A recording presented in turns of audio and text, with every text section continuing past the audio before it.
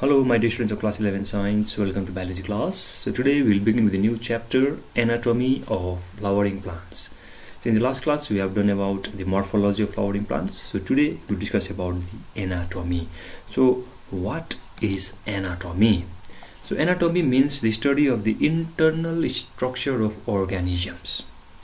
So here we are going to learn about the cell, we are going to learn about different types of tissues. It comes under the anatomy of flowering plant. It's also called histology. Histology means the study of tissues. Okay, so histology means the study of tissues.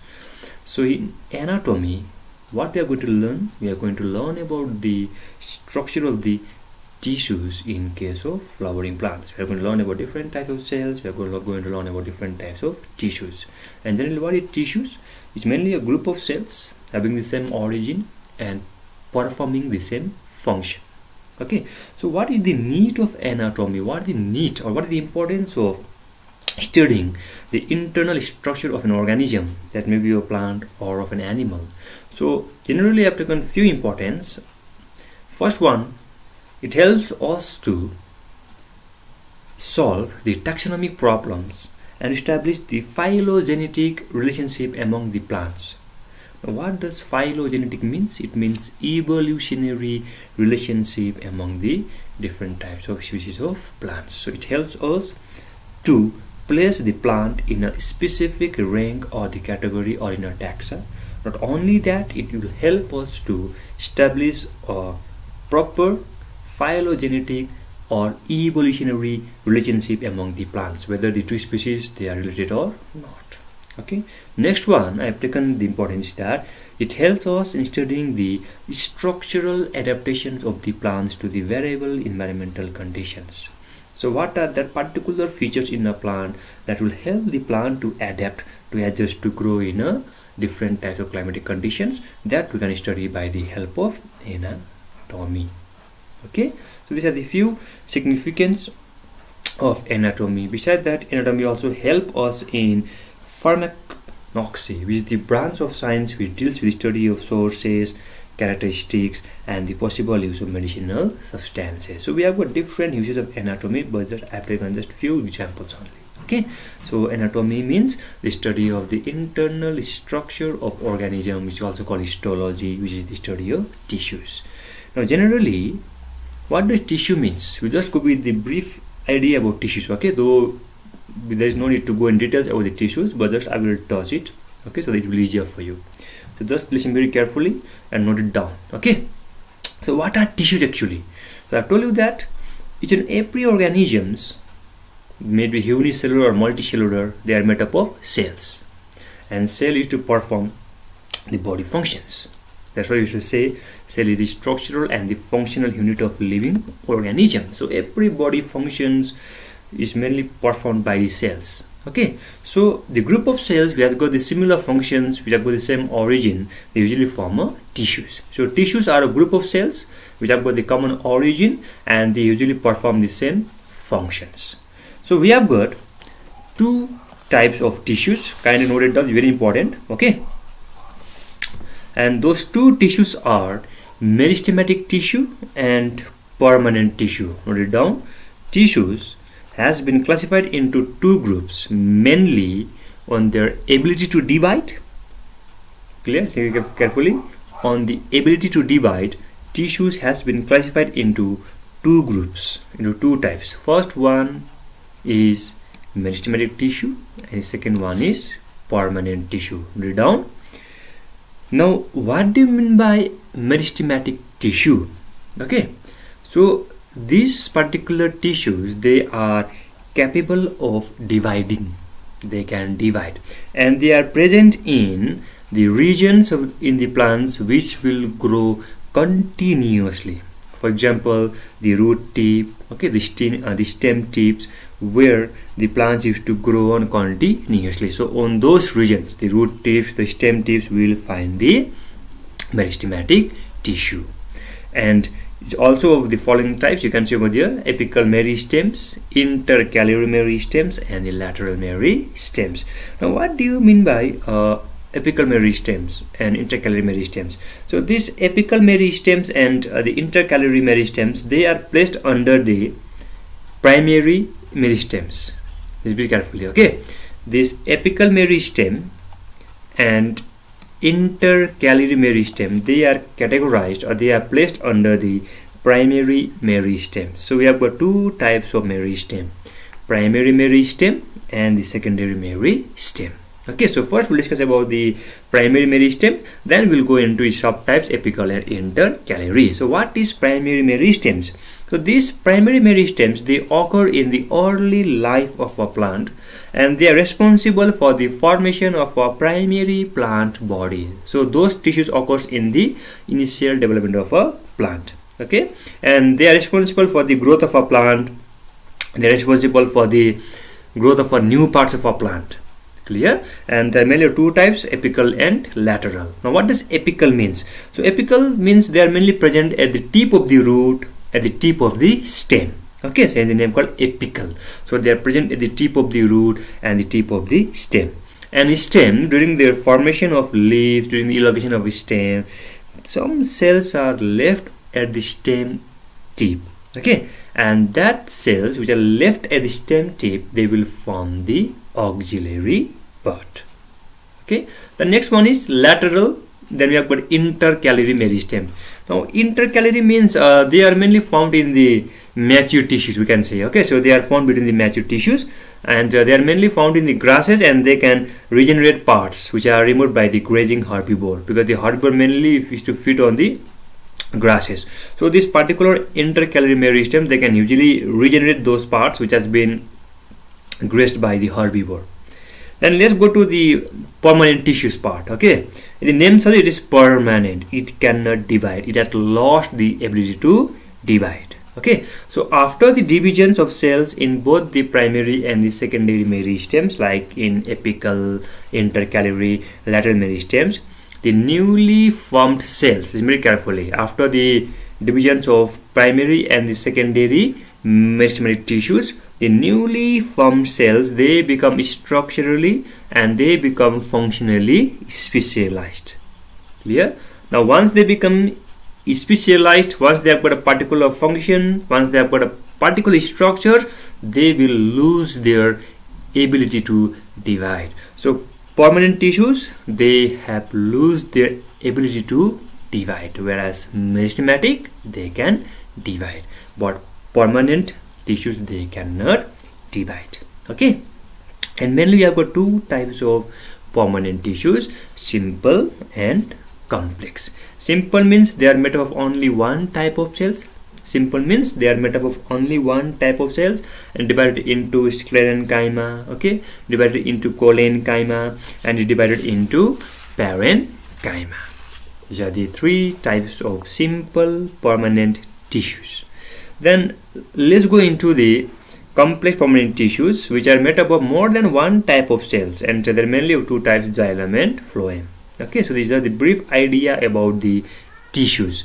Now we'll go with the next topic, which is there in our syllabus, and we are going to learn about the anatomy of roots. Okay, anatomy of roots. It's in the page number 6.25. Okay, page number 6.25. Open it, you will get the topic anatomy of roots. Okay, so let us begin with the internal structure of dicot root, that means dicotyledonous roots. Okay, so we are going to start with the internal structure of the dicotyledonous roots. So thin TS means transverse section. Remember, TS means transverse section. So we have got two type of section cutting. All right, one is called transverse section, now one is called longitudinal section. So here we are going to learn about the transverse section of a dicot root. So when we used to study a dicot root transverse section under the microscope, we will see the presence of epidermis, we'll see the presence of cortex, we'll find the endodermis, we'll see the presence of pericycle, conjunctive tissues. Then we will see the presence of pith also, this particular space over here. We will see the presence of pith also, which is well developed in case of monocot plant. Okay, compared to dicot, it is well developed in case of monocot root. Then we will see the presence of vascular bundles. That's mainly the phloem and the xylem. Here you can see the presence of metaxylem and the protoxylem. So these are the two types of xylems. Clear? So this is the structures that we used to see when we look the transverse section of dicot root under the microscope. Now we will describe each and every one. Okay, so first of all we will learn about the epidermis. Okay, epidermis part, which is also called epiblema or piliferous layer. So epidermis, it is the outermost layer of the root. Can you see this layer? This is the outermost layer of the root. So this outermost layer of the root is called epidermis. Okay, and this epidermis is mainly composed of thin-walled parenchyma cells. Clear? And the outer wall of this particular cell, they are uncutinized. And many of the epidermal cells, they will project out, they will protrude out in the form of unicellular root hair. So you can see over here that most of the root hairs really comes from the epidermis. So most of the epidermal cells, they usually protrude out in the form of root hair. So epidermis is the outermost layer of the root and is composed of thin-walled parenchyma cells. And the outer layer of such cells are uncutinized, and many of these epidermal cells, they will protrude out in the form of unicellular root hair. Okay, so therefore this epiblema or the epidermis along with the root hair, they will help in the absorption of water from the soil. They will help in the absorption of water, mineral and salts from the soil. So this is the function of epidermis, because generally the root hair will help in the absorption of water and the minerals from the soil. So here the epidermis along with the root hair will help in the absorption of water, minerals and salt from the soil. So it is the outermost layer of the root. Then next to the epidermis we will find the second layer, which is called the cortex. So number 2 will learn about the cortex portion of the dicot root. So can you see over in the figure the cortex portion? So just below the epidermis you will see the presence of cortex. So this cortex, it forms the major part of the plant body, that is root. Okay, and is composed of several layers of round or oval thin-walled parenchyma cells. If you look at the cortex portion, it is composed of different types of round or oval parenchyma cells. So these are the parenchyma cells, which may be round in structure, which may be oval in structure, and they have got intercellular spaces. The space between the two cells, like this particular structure, can you see here? These spaces are called intercellular spaces. So in the cortex we will find the presence of intercellular spaces, and mainly the cells of the cortex, they will store the food. They will mainly store the starch grain. Okay, now next part we will talk about the endodermis. Okay, so endodermis, it is composed of a single layer of barrel shaped cells. Can you see over here this cell, this particular round cell? This particular cell is called endodermis. Clear? So don't get confused. So this outermost cell, which you can see over here, which is round in structure, this particular cell. Okay, so this particular cell, it is called endodermis, the single layer of barrel shaped cells, and we don't see any intercellular spaces in endodermis. So endodermis are made up of single layer of barrel shaped cells without any intercellular spaces. But these endodermis, they possess Casparian strip. Okay, they have got Casparian strip. Now what is Casparian strip? Now these Casparian strips, they are made up of, or they are formed by the deposition of suberin, S-U-B-E-R-I-N. Okay, so this Casparian strip, they are made by the deposition of suberin, which will prevent the wall-to-wall movement of solute and solvent molecules in the cells. Clear? Now next part we will talk about the pericycle. So just next to the endodermis, so this outer cell was endodermis, we have just seen. Okay, this outer cell was the endodermis. Now close to the endodermis we will find a single layer of thin walled parenchyma cells. Okay, just lying below the endodermis. So when you look at the structure over here, you will find the presence of this structure. Can you see where these cells? Just below the endodermis, these cells are there. Okay, the cells are there.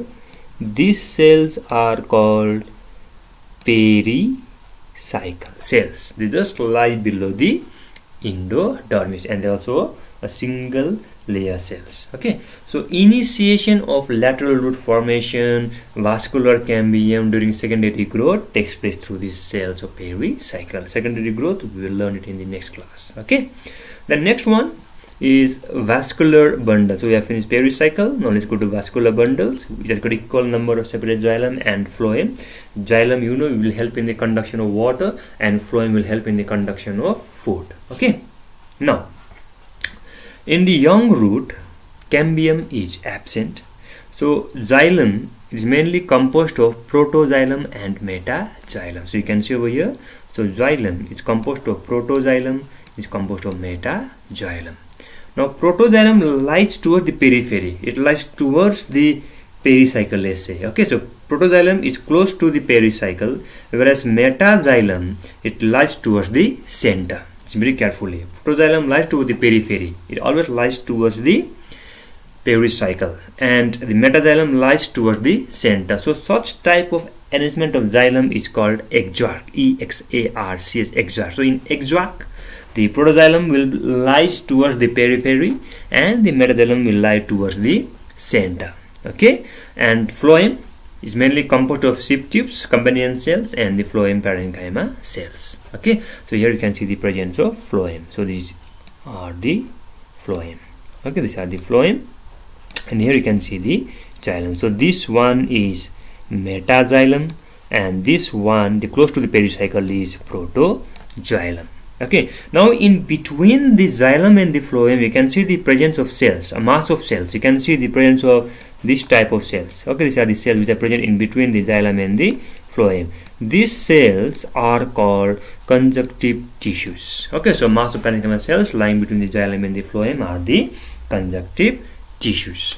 Then next one we will find the presence of pith, a very small end parenchymatous part, and generally well developed in case of monocot root compared to dicot root. Okay, so these are the transverse section of the dicot root. Clear? Now we will see the internal structure of monocot root. Okay, so here also we are going to see the transverse section of monocot root. So when we used to see the transverse section of monocot root under the microscope, what will we observe? We will see the presence of epidermis, the outer cell like that in case of dicot. Then we will see the presence of cortex. Can you see over here? We will see the presence of cortex. Then we have got this particular layer of cells which is called, try to guess, is called endodermis. Then below the endodermis we will find what type of cells? We will find pericycle. Then we will find the vascular bundle, that is phloem and xylem, protoxylem and metaxylem. Try to recall. Then we will find the central space over here, which is called the pith. So the structure seems to be different between the dicot root and the monocot root. So we have just finished the dicot root. Now we will see the monocot root. Okay, let's go. So first one, the outer part, we will find the epidermis part. So it said that it is uniseriate. Now what does uniseriate means? Write down the meaning. Uniseriate means, uni means one. Okay, so it is single layered. So it is single layered. So it is called uniseriate. Okay, it is single layered and also composed of tubular cells having no intercellular spaces and no stomata. So here also we don't find intercellular spaces in case of epidermis. It is the outermost part of the root. Clear? And some of the cells of the epidermis, they used to give rise to the root hair, like in that of the dicot root. Here also if you will give rise to the root hair, and function is same. The function of root hair and the epidermal cells in the monocot root is also to absorb the water and the mineral salts from the soil. Clear? Then next to the epidermis we will find the cortex part. So this part we are going to discuss this particular structure we are going to discuss. So cortex, the wider regions of the thin walled parenchyma cells with intercellular spaces. I have told you that the space between the cells are called intercellular spaces. In the epidermal part we don't find intercellular spaces, but in the cortex we will see the presence of intercellular spaces.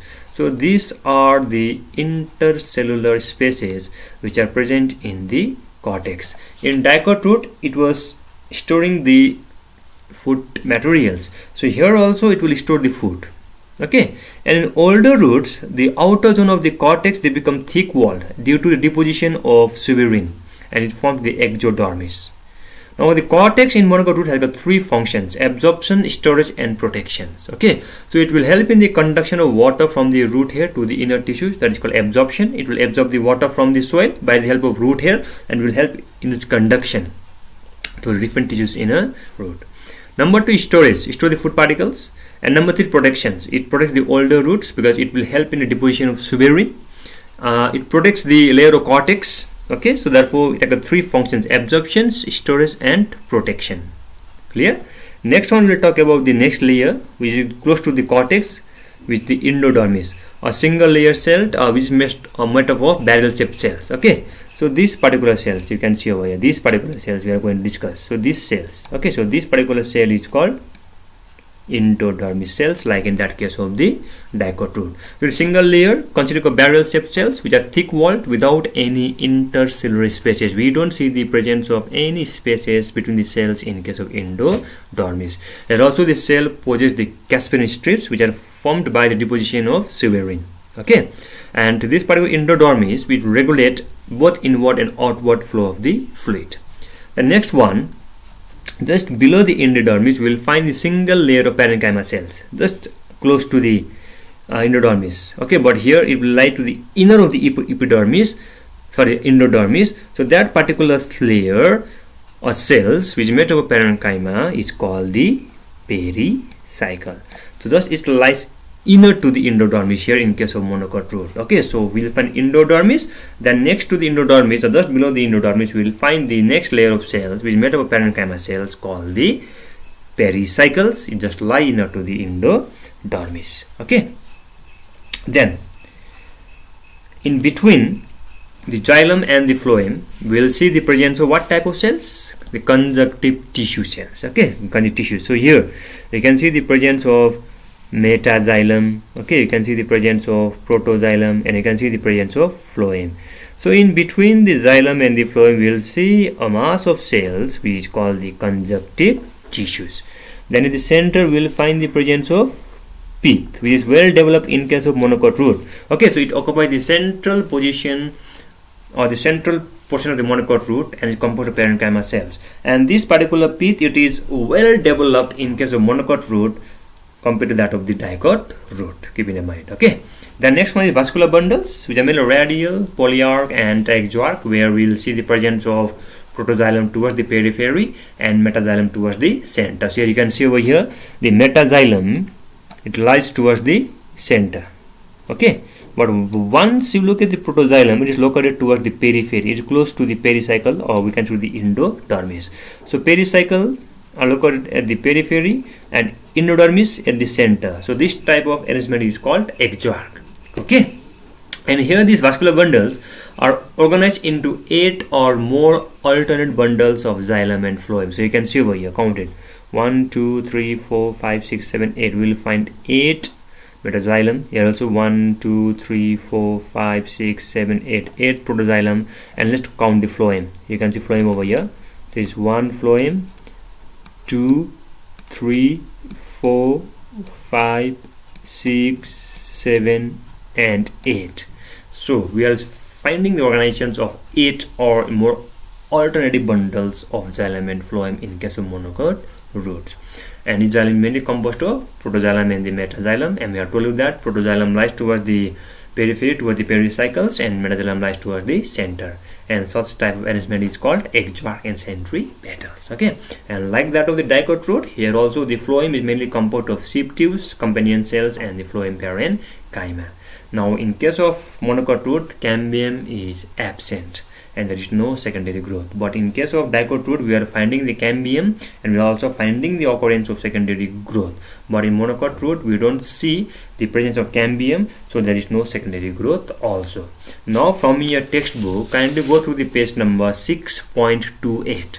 okay, page number 6.28, go through the differences between dicot and monocot root. Is in the page number 6.28, table number 6.20, differences between dicot and monocot root.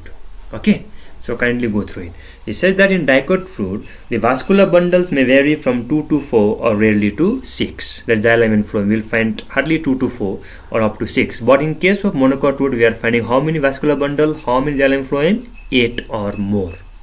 In dicot root, cambium was present, right? Cambium was present, and it was also involved in the secondary growth of the dicot roots. But in case of monocot root, cambium is absent. Remember this thing.